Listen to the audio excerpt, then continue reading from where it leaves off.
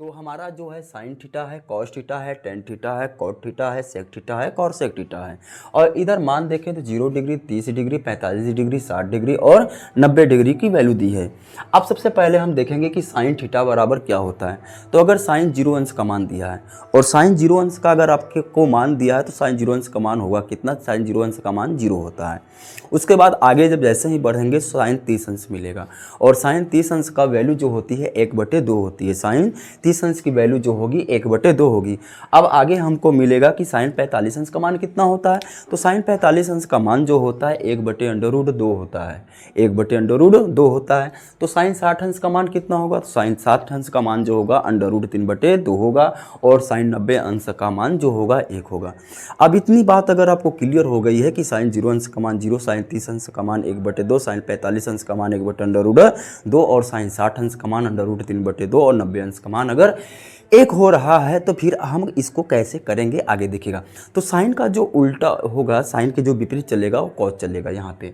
तो साइन का जो मान होगा वो कॉस का होगा। अगर साइन को हम ऐसे लिखते चलेंगे तो कॉस को ऐसे लिखना होगा, मतलब यहाँ से यहाँ तक। तो साइन का मान जो 0 अंश का मान होगा तो कॉस का 90 अंश के मान के बराबर होगा। 0 अंश के मान साइन का 90 अंश और कॉस का 0 अंश के मान के बराबर होगा।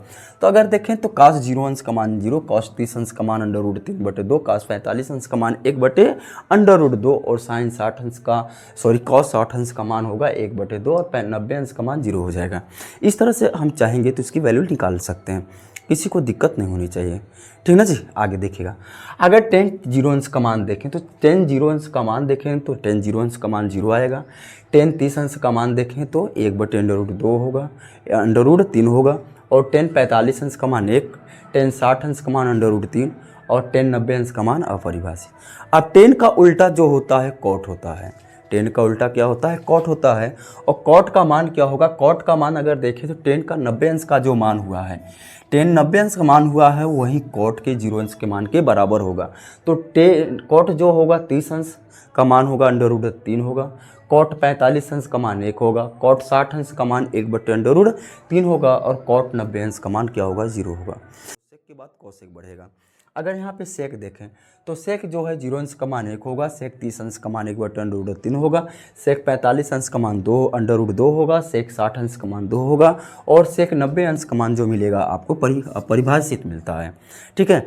अब हम आएंगे कोसेक थीटा पे, और कोसेक थीटा का जो 0 अंश का मान होता है, कोसेक थीटा के जो 0 अंश का मान होता है वह अपरिभाषित होता है। और कोसेक 30 अंश का मान 2 मिलेगा, कोसेक 45 अंश का मान √2 मिलेगा, कोसेक 60 अंश का मान 2/√3 मिलेगा और कोसेक 90 अंश का मान 1 मिलेगा। अब इनकी सहायता से हम कैसे ट्रिग्नोमेट्री के सवाल को सॉल्व कर सकते हैं। अब हमसे डायरेक्ट ये पूछ लेगा, क्वेश्चन में डायरेक्ट पूछ लेगा कि भाई ये बताइएगा कि साइन 45 अंश का मान कितना होता है। साइन 45 अंश का मान कितना होगा? जब आपको साइन 45 अंश का मान याद होगा तो आप रख लोगे कि साइन 45 अंश का मान होता है 1/√2 होता है। साइन